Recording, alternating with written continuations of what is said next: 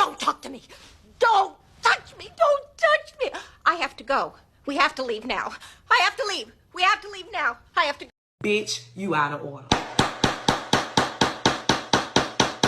Cycle for you to do this to my kids. Wow. I can't really believe that you think you better than me. Cause you wouldn't be shit without Terry. If this nigga dropped dead today, your ass would be in the ghetto tomorrow. Bitch, he is insured. I have a bigger house and a new man. Please, come. Wait. What?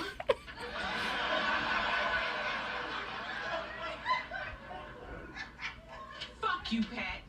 And fuck this raggedy ass house. I don't like this duck shit ass neighborhood anyway. I'm going back to the A, and here, bitch, is your keys.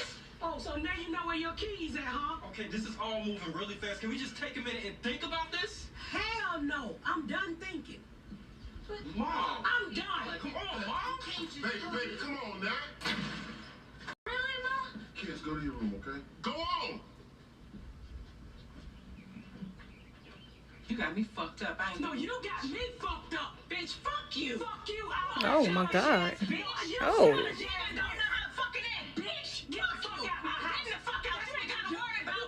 Oh, they for real, for real. Oh God.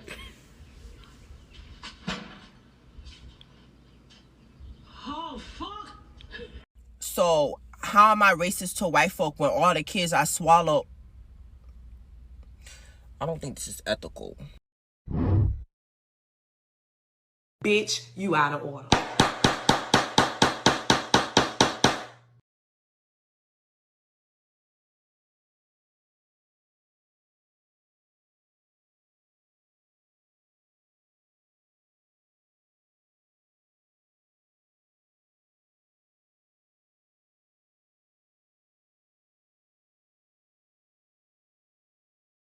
Yo, the Taliban took Afghanistan. What? Does that mean Al-Qaeda's back? Oh, I learned about that in school. Say what? Yeah, like 9/11 and stuff. You learned about that in school? Face it, man, your life events are now history. Your music, now considered throwbacks. And your old TV shows. Don't say it. Now they're basically classics. Well, you gonna be alright? Not anymore. Not anymore. They don't have to. Now, was that a gunshot or was that a firecracker?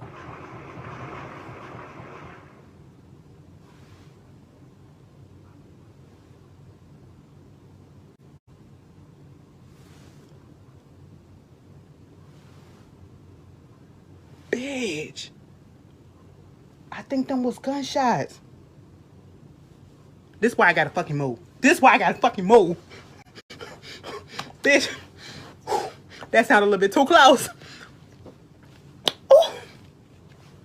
It shook me a little bit. Let me get back. Okay, what was I saying? What's up, bro? What the fuck? Tweaking, Trey. It was a prank. It was a... Fuck that damn prank. I don't play that prank. It was a... Black markets kids ran in their schools. Another follower submission. When this kid was in 6th grade, he asked his teachers if he can get paid to clean off the gum from under desks and chairs. They said sure. So they paid him $5 every time he cleaned gum. And then the principal found out about this and asked him if he could also clean the gum from underneath the lunchroom tables. He said sure. It was a nice little side hustle. But then he had a brilliant idea. He was gonna start selling gum. So he started buying these packs. This one here is only $5 from Target. It's 8 packs with 15 pieces of gum in each pack. That's 120 pieces. And he sold each piece for 50 cents. So he was making $60 after selling one whole thing of gum. But here's the kicker. Every time he sold somebody a piece of gum, he asked them to put the gum underneath desks or the lunchroom tables when they're done. So he would have to clean up the gum more often and make even more money. I didn't know they could climb trees. Yes. Let me see the photo. Okay, did you do that to his jacket? I grabbed the collar of his shirt and asked him to leave. So you grabbed him first? Yes. And asked him to leave? Yes. And is that when the jacket tore? No, that's when he grabbed me to choke me and pushed me all the way to the couch. And also during that time, he ended up kicking my dog. into the Christmas tree. I have a little 7-pound dog. Yeah, I know. You know it's what? not funny. It's not funny. I did not kick his Yes, dog. you did kick my... How people on reality TV act in their interviews. My name's Tyrone, I'm 23 and I'm from the hood. And back at home in the streets, I'm known for beating ass. So if any of the dudes in this house try to step to me, I'm gonna beat their ass too. I also want to be a rapper. I'm trying to make it. I want to make my grandmama proud and let these kids know that you can make it out the hood too. I got heart, but I can't let people know that, because if they know that, they're gonna think I'm weak, and I'm not. Versus how they act on the show. Daddy, can you please come pick me up? These dudes are crazy, man. All they do is sit around and drink and fight, and the more they drink, the more they fight.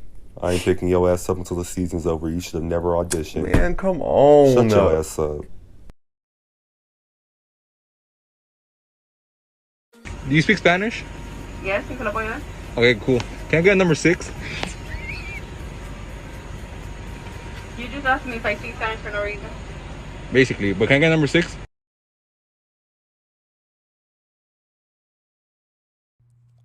What is the wildest thing that you have ever witnessed at a funeral? I'll go first. The wildest thing, one of the wildest things I've ever witnessed as a funeral is that this guy was murdered. And during the wake, these guys came in with ski masks and shot the casket up. Shot the casket up. That's number one. Number two, baby mother and the wife fighting at the casket. The casket fell over. Number three, girlfriend puts a note in the casket to him, and the baby mother, which they wasn't together no more, a whole different situation, gets up and rips the letter up because she was like, I paid for the service. Ain't nothing going in the casket that I didn't pay for. What's the wildest thing you've ever seen? I'm interested to know. I'm sorry. Okay, well, Janet, I have to be honest. Like, I love you, and I've grown up listening to you, and so many of your songs are about sex.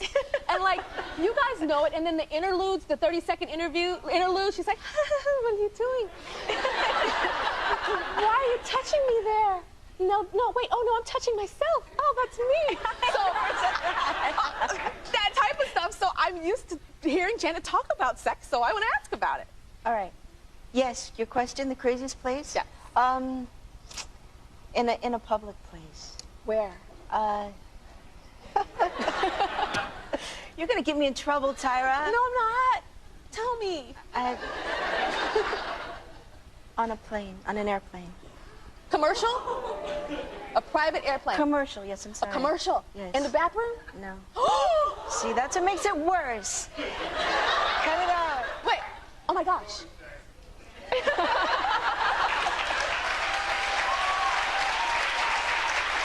So, like, okay, so I can imagine, like, the seat or some kind of something. Yeah. Skirt at on. my blah, blah, blah. seat. Oh, my gosh. Have you ever, okay, I'm going to ask you this, but we're going to take a break.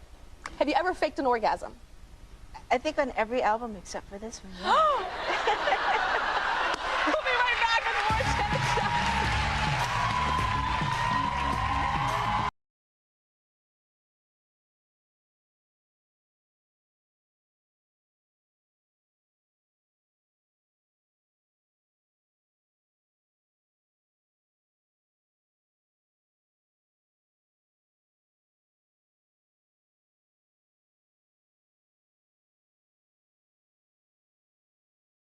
I know y'all are probably wondering, man, but this is called a humpback river, man. People come here about 3 times out of the year because it's said that this whale sperm produced in this water, man, it helps your hair growth, your nail growth, and it even helps your skin, man. So tourists, about 1 million tourists a year come out here to visit this place, man. Maybe y'all should. What's a conspiracy theory that you 1,000% believe in? Some of y'all might already know this, and some of y'all might not be ready for this. J. Edgar Hoover was a white passing black man.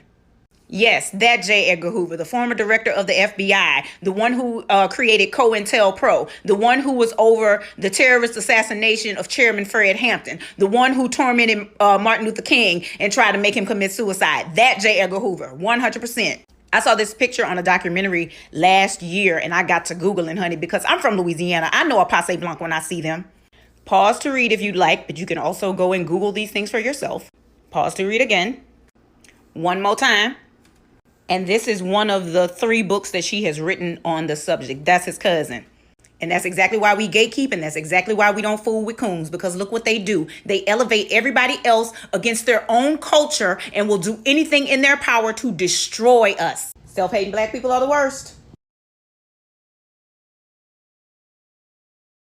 What is your single biggest turn on? I would definitely say when a girl bites me. Definitely. Do you want her to leave marks? Yes. Like, look, the more marks, the better. Tell me about the scariest thing that has ever happened. Excuse my appearance, I'm currently recovering from a hangover, but I do have a story for this one. So this happened whenever I was 11 years old. My mom, my sister, and I were living in this apartment, and it was relatively new, and so it didn't ever give me creepy vibes. So one night in the middle of the summer, my mom and my sister are asleep, and the way the apartment was set up, if I'm sitting in my bed and I have my bedroom door open, I can see my mom's room from there. And me and my sister shared a room, so she was asleep right next to me. So I knew I'm the only person awake right now. So I'm sitting in bed, it's like 2 in the morning, I have the TV on, I'm on the phone with one of my friends, I'm working on my computer, and then I have one of my lamps on. Out of nowhere, everything shuts off. TV shuts off, my lamp shuts off, everything shuts off. So obviously that freaked me out. The girl I was on the phone with, I told her that I had to go, and I went and checked to see if like one of my lights would turn on in the room, and it didn't. So I go outside and I check and see if the bathroom light is working, and it's working fine. Same thing with the living room and the kitchen. So all the lights in the rest of the apartment were working fine. It was just my bedroom, which freaked me out even more. So I go back to my bedroom, I close my door behind me, and I just sit on my bed. I'm freaked out, obviously, but I'm trying to like calm my nerves, and so I'm just back on my computer doing my thing. And then out of nowhere, my bedroom door starts opening. It's like creaking open by the inch. So me with my dumb ass, I'm like, Mom, ain't nobody answer. Door just keeps creaking open. And like I said earlier, the way the apartment is set up, if I'm sitting in my bed and my bedroom door is open, I can see my mom's room. Her door was closed. And it's 2 in the morning, so she had no reason to be out of bed anyway. And even if she had been coming into my room, her bedroom door would have been open. All this is going through my mind while the door is still opening.